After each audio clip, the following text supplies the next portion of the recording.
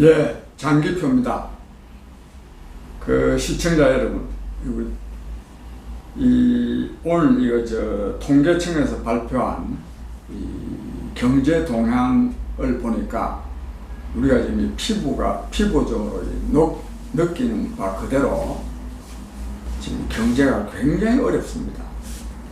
이 경제활동 인구가 한 달에 지금 매달 한 20명 내지 30명, 35만 명씩 줄어지다가 지난 이 9월 달에는 무려 40만 명이 줄었답니다.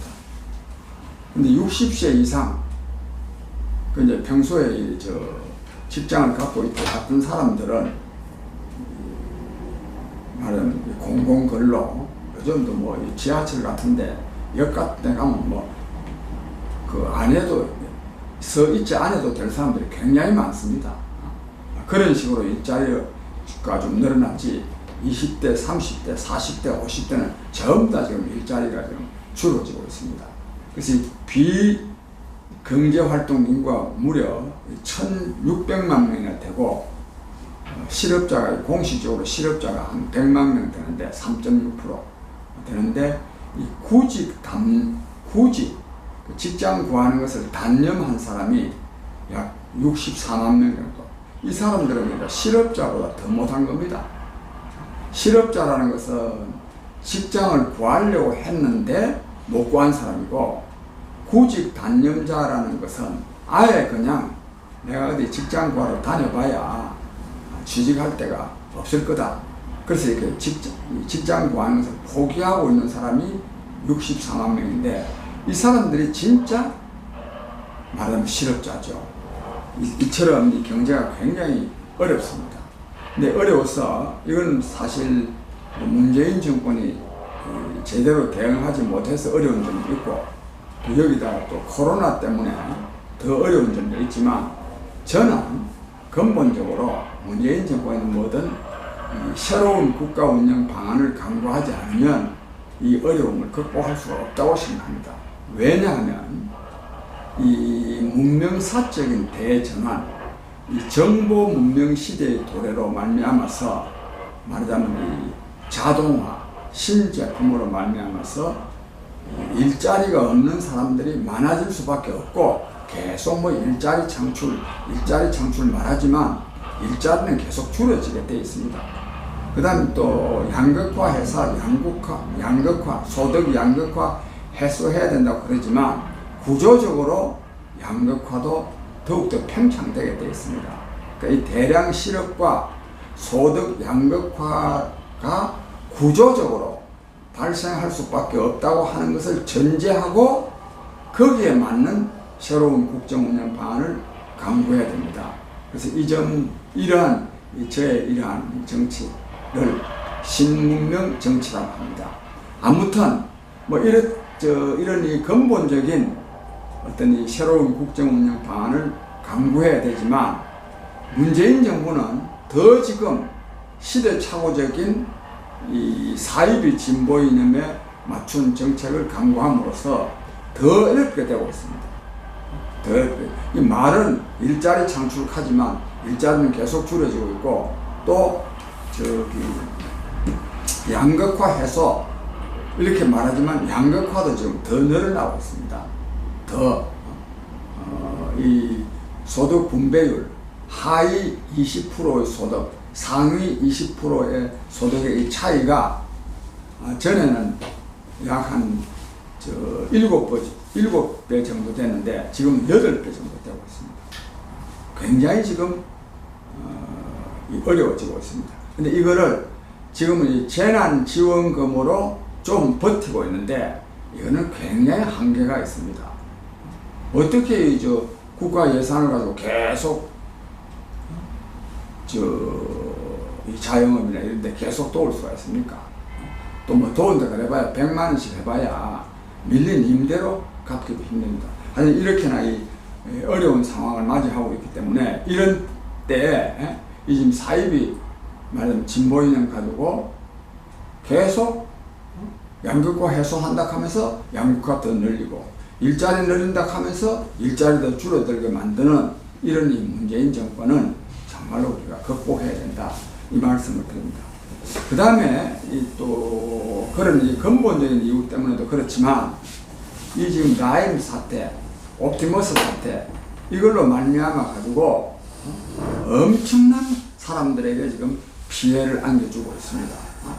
근데 이제 하도 이 피해가 크고 또 국민적 분노가 일어나고 있으니까 이 문재인 대통령이 지금 이 수사에 성역이 있을 수 없다, 청와대도 협조하라, 그렇게 말을 했는데, 그걸 가지고 뭐 이제 대통령이 좀 나섰으니까 수사가 될 것처럼 뭐 언론에 보도되는 데도 있었다마는 전혀 그렇지 않습니다. 정말로 그런 생각을 갖고 있다면 그 지난 7월 달에 그 라임 사태를 가지고 청와대 압수수색하러 갔을 때 그거는 뭐 보안상 압수수색에 응할 수 없다 그래 거부했거든요. 그런 것도 딱 지적해가지고 그때 그거 잘못된 거다, 뭐 이렇게 말을 해야 되고, 또 특히 또 그 뭐 청와대 행정관으로 있은 사람이 그 말하자면 민정수석 비서관실에 그 사람이 다 금감원에 이렇게 관장하고 있었던 사람이 이런 사건 다 무마하기 위해서 라임 사태 옵티머스의 엄청난 옵티머스 최대 주주라 그러네요. 그 남편하고. 그런 사람이 그 청와대에 계속 있도록 한 거 왜 있었는지 지금은 나갔답니다. 수사가 지금 본격화되기로 시작하고. 그런 데 대해서 좀 솔직하게 해명을 하면서 성역 없는 수사를 해라, 믿을 수가 있지. 그 다음에 또 뭐 수사관을 지금 뭐 8명, 아주 9명을 더 늘렸다는데 이것도 이 진상을 밝히기 위해서 늘린 건지 신용만 했는지 그것도 알 수 없습니다. 그 다음에 이 국민의힘 야당도 지금 이런 특히 윤석열 검찰총장은 지금 식물총장이 되어 있고 이성윤 지금 서울지검장이 지금 계속 이 수사를 깔아뭉겨 왔으니 믿을 수가 없다. 그래서 특검을 해야 된다 이렇게 말하는데 정말로 특검을 해야 됩니다. 그렇게 말하려고 그러면 제대로 딱 단호하게 딱 특검을 요구해야 됩니다. 저는 이 말로 가지고 뭐 그냥 사건 끝날 때까지 말로 하는 거 이런 거는 야당의 제대로 된 자세가 되지 못한다, 저는 이렇게 생각하고 있습니다. 그 다음에 이 문재인 대통령이 그 해수부 공무원 그 아들이 대통령한테 우리 아버지를 왜 월북자로 모느냐, 이 억울함을 좀 풀어주세요 하는 이 편지를 보낸 데 대해서 답신을 보냈다 그러네요. 답신을 보냈는데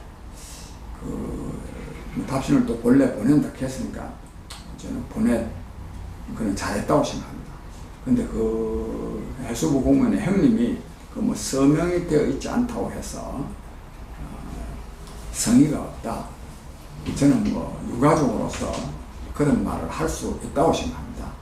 그러나 제가 생각할 때는 물론 답신을 안 보낼 수가 없죠. 어쨌든지 대통령이 정말 이 지금 해경과 국방부도 조사를 하고 있는데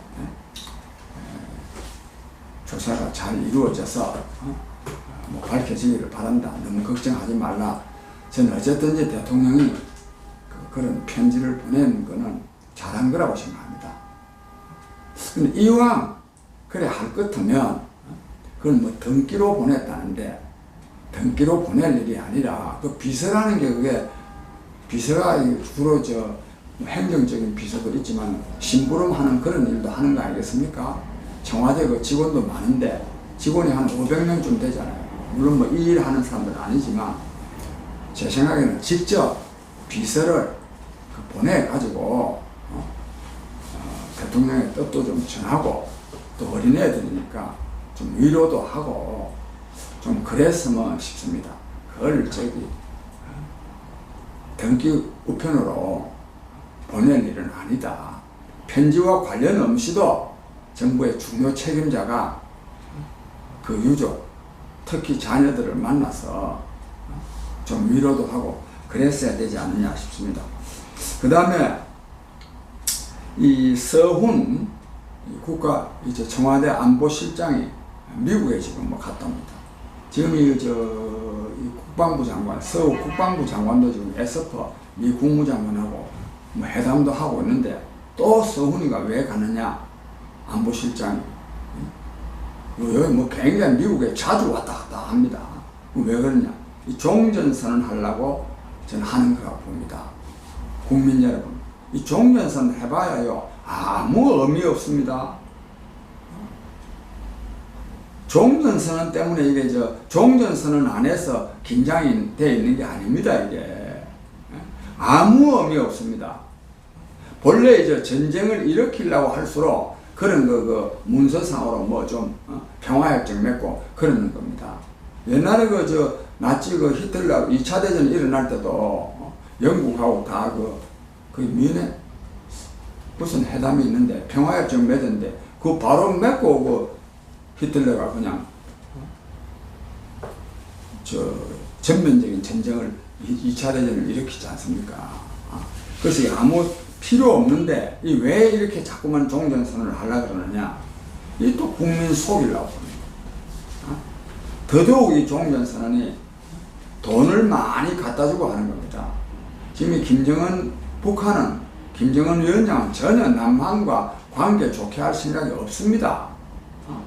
그래서 개성연락사무소, 개성에 있는 남북연락사무소 아주 보란듯이 파괴했고, 불에 태워서 파괴했고, 그 다음에 또 일체 또 남북관계 또 차단되어 있고, 거기다가 또 남쪽에 얼마나 또 비난했습니까? 또 문재인 대통령을 향해서 뭐 소대가리가 웃을 일이라든지 뭐 얼마나 비난했습니까?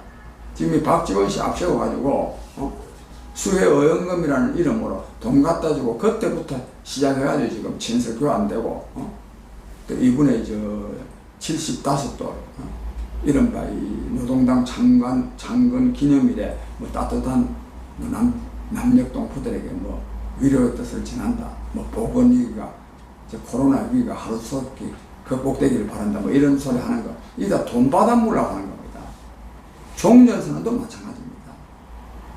이 문재인 정권이 괜히 북한에다 돈 갖다 주고, 이 말은 평화쇼 하는 이런 이 종전선언은 우리가 거부해야 됩니다.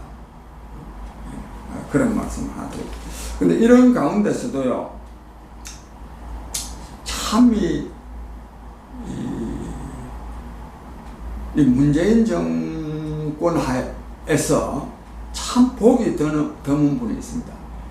최재형 감사원장입니다.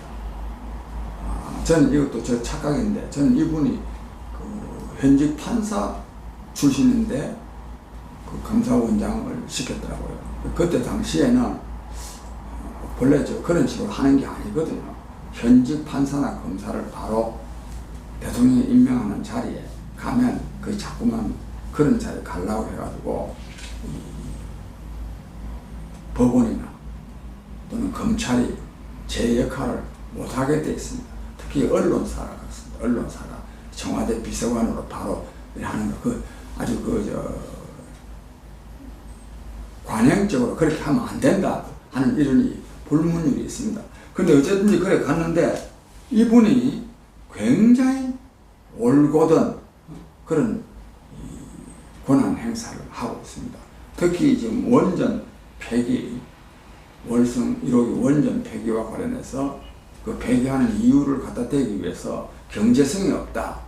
이래가지고 그걸 폐기를 했는데, 이건 자기가 감사를 해보니까 이 경제성이 없다는 것이 조작됐다는 겁니다. 그 제대로 하니까, 그래가지고 산업자원부 공무원들을 불러다 조사를 하려고 그러는데, 자료를 다 폐기하고 말이죠. 또 와서 또 뭐 물으면 또 거짓말하고 말이죠. 또 다시 또 묻고, 막 이렇게 하는데 끝까지 버팁니다. 그리고 또 이른바 대깨문, 이 사람들도 얼마나 지금 최재형 감사원장을 비난하고 있는지 모릅니다. 그럼에도 불구하고 엊그저께도 국회에 와가지고 대정부 질문할 때 아주 소신 발언을 했습니다. 이래야 됩니다. 이래야 이 나라가 되지. 그래, 이래야 이 정권도 되고, 이래야 그 개개인들도 행복한 겁니다. 높은 자리에 가서 가거나 또는 돈이 많다고 행복한 것이 아니라 자기 위치에서 자기가 해야 할 바를 제대로 하면 굉장한 자부심을 느끼거든요. 감사원장 하다가 국무총리가 되거나 대통령이 되어 행복한 게 아닙니다, 이게. 또 그것이 또 애국도 아닙니다, 이게. 감사원장은 감사원장으로서의 직무를 제대로 수행하면 국가적으로는 애국이고 개인적으로는 행복하게 사는 겁니다. 그러나 우리 사회에 그나마 그래도 이런 분이 있다고 하는 것은 참 천만다행이다 싶습니다. 아무쪼록 우리 국민 여러분, 나라가 이렇게 특히 코로나 때문에 어렵지만은 그러나 세상이 또 이런 상태가 지속되지 않습니다. 저는 항상 전화위복을 믿습니다. 사회적으로는 이것이 우리 사회의 구조를 근본적으로 바꾸는 계기가 돼야 되고, 또 우리 개인적으로도 이런 시련을 통해서 새로운 어떤 인생관, 가치관, 행복관을 정립해야 되겠다 싶습니다. 아무쪼록 여러모로 어려운 상황이지만 지혜를 발휘해서 행복하게 사실 수 있는 그런 방안을 찾아내서 행복하게 사시기를 바랍니다. 특히 이 가을, 이 대한민국 가을 얼마나 멋집니까? 이 가을에 여러 가지 정치도 아무리 급하더라도 이 가을의 정치도 몇 번쯤은 만끽하는 그런 여러분이 되기를 바랍니다. 감사합니다.